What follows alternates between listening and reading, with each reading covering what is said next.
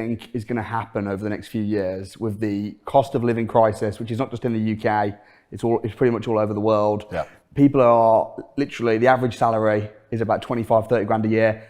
Everything's going up apart from salaries. How do you see the next few years panning out? I'm going to say this now, and I'm someone from a council estate. I don't have a clue how the average person is still surviving. I don't get it.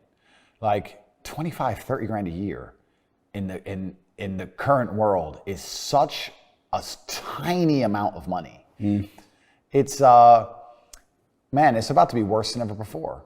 It's going to be have-nots and have-yachts. It's always been that way. Yeah. But it's going to become worse and worse as inflation gets out of control, as the price of assets soar. The rich are going to become richer and the poor are going to become poorer. I don't think that most people, I'm going to correct myself. I know that most people don't understand economics as a whole. They don't understand money as a whole, because if the people watching this, if they all understood how all this shit worked, there'd be a revolution tomorrow. So they don't understand any of it.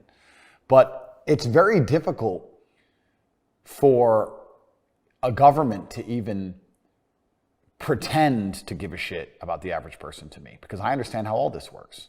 So the government comes along and decides to give out free money. The average person in the middle or at the bottom goes, wait, free money, government cares about the poor person. No, they don't. Let's keep it very simple. Let's say they gave every person in the UK £1,000. They're either going to save that money, or they're going to spend that money, or they're going to, let's say, invest that money. If they spend that money, which is what 90% of them would do, it goes to corporations, making the corporations filthy rich. The stock price of Amazon during COVID went to the moon because everyone's sitting at home bored, just buying stuff, right? So there's less corporations than there are people. So let's say you give everyone in the UK £1,000. A lot of that money goes to one guy, Jeff Bezos. The rich get richer, just like before.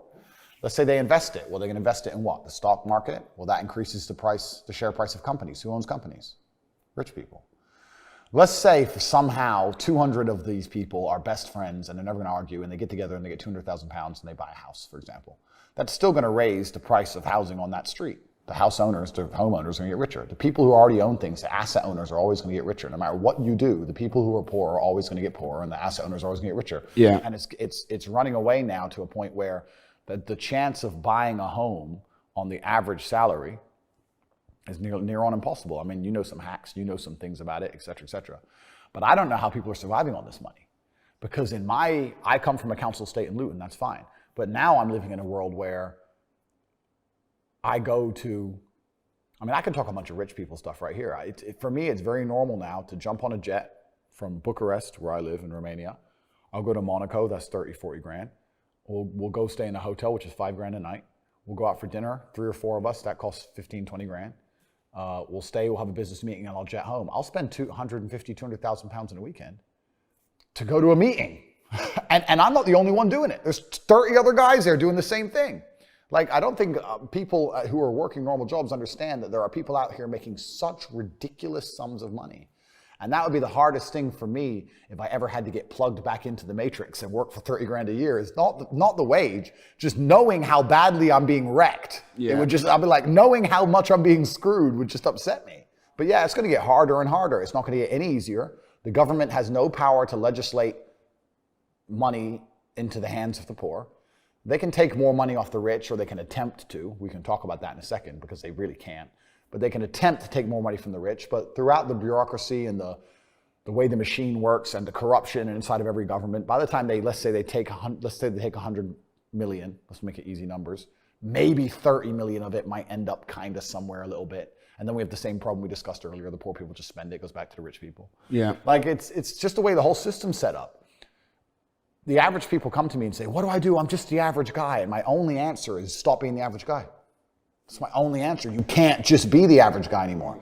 The idea from the 1950s that you can just be the normal, average, law-abiding, hard-working citizen and you'll have a good life is gone.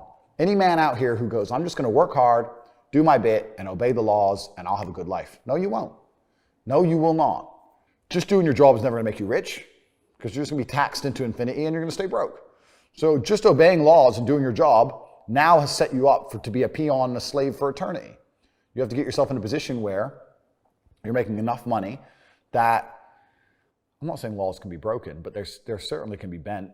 I mean, I think you know this with accountancy and and the way that tax laws work, you get to a certain level where it's like, okay, yeah, we can just put that one to the Yeah, side. We can twist that one around. Arnold Schwarzenegger says, break the rules, but don't break the law. Completely, yeah, and that's basically it, right? So you get to a certain level, and that's where it's really interesting because the average peon, their answer to all this is, we need to tax the rich, because they don't understand how money works, and they don't understand how the world works, and they think that rich people are out here working some kind of job that you can tax.